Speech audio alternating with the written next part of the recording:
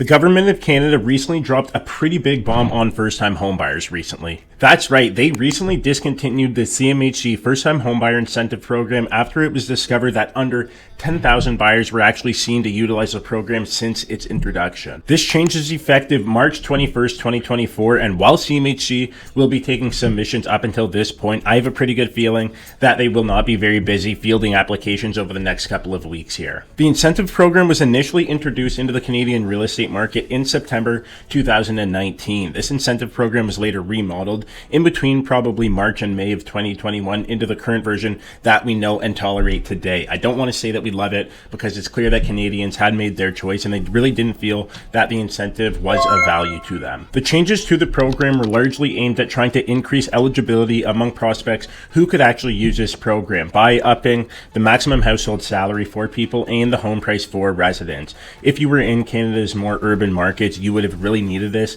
since home prices here are a lot more expensive or inflated, but I'll be going through that later in today's video. Really quickly, my name is Trey and I'm a realtor here in the city of Toronto who covers real estate news very frequently across the many different social networks out there with the intention of keeping you informed about buying, selling, and rental trends here in the GTA. If you would like to chat about anything real estate related at all, please feel free to book an education call with me by using that first link down in the description below and pick a time that works for you. Now, let's get back to the content. The government and CMHC, which stands for the Canadian Mortgage and Housing Corporation, thought that they would have more takers by increasing eligibility factors, but it was a long shot from the beginning and quite frankly one that was dead on arrival according to Clay Jarvis, who is a real estate and mortgage expert / author here in the Toronto scene. Okay, before getting crazy, I want to give a very basic breakdown about what the program is and what the intentions for the program actually were. CMHC had created a program alongside the Canadian government, obviously, that was designed to help fresh first-time homebuyers make their first purchases in residential real estate. How were they going to be doing this? They were going to offer 5%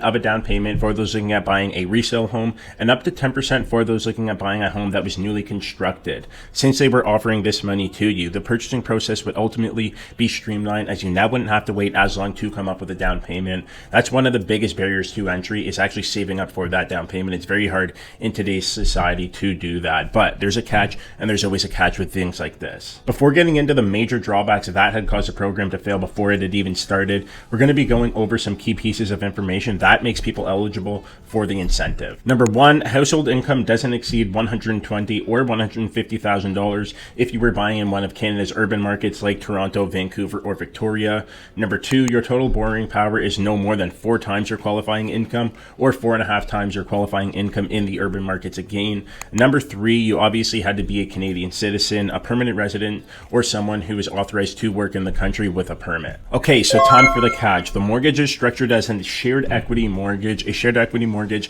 is explained as an arrangement under which a lender and a borrower share ownership of a property. The borrower must occupy the property, and when the property sells, the allocation of equity goes to each part according to their equity contribution. For example, let's say you bought a home for $500,000 and you come up with a 5% down payment, and the government also loans you another 5% or $25,000. You've been in your home for, call it, 10 years now, and it's now worth $600,000 by the time that you want to sell. The government would be entitled to 5% of the total market value, which is $30,000 now, and not just the original loan amount of $25,000. The same thing would occur on the flip side. If the home decreased in value, you would be eligible to repay 5% of the total market value. If I was someone looking at buying in this market here in Toronto, I definitely wouldn't be entertaining this program. 100% I get the idea that monthly mortgage payments could be a little more affordable, but you're looking at saving about $100 to $150 per month in between putting 5% down by yourself or 10% down with the help of the Canadian government. So from that perspective, it's not even that great of an incentive, on top of having to pay back any gains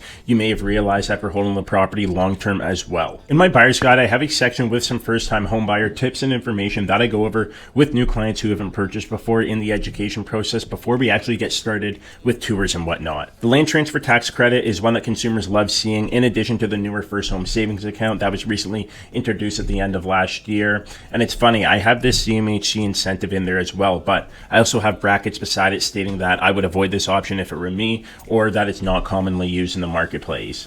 I'm sure many people and other realtors have steered their clients away from thinking to go this route as well. Springtime is here, and that means that more stats will be on their way to you soon. If you haven't already done so, be sure to give this video a like, subscribe to the channel, and comment down below if you think CMHC is doing the right thing here with scrapping the program. Remember to trust the process and fall in love with your journey. We'll see you soon.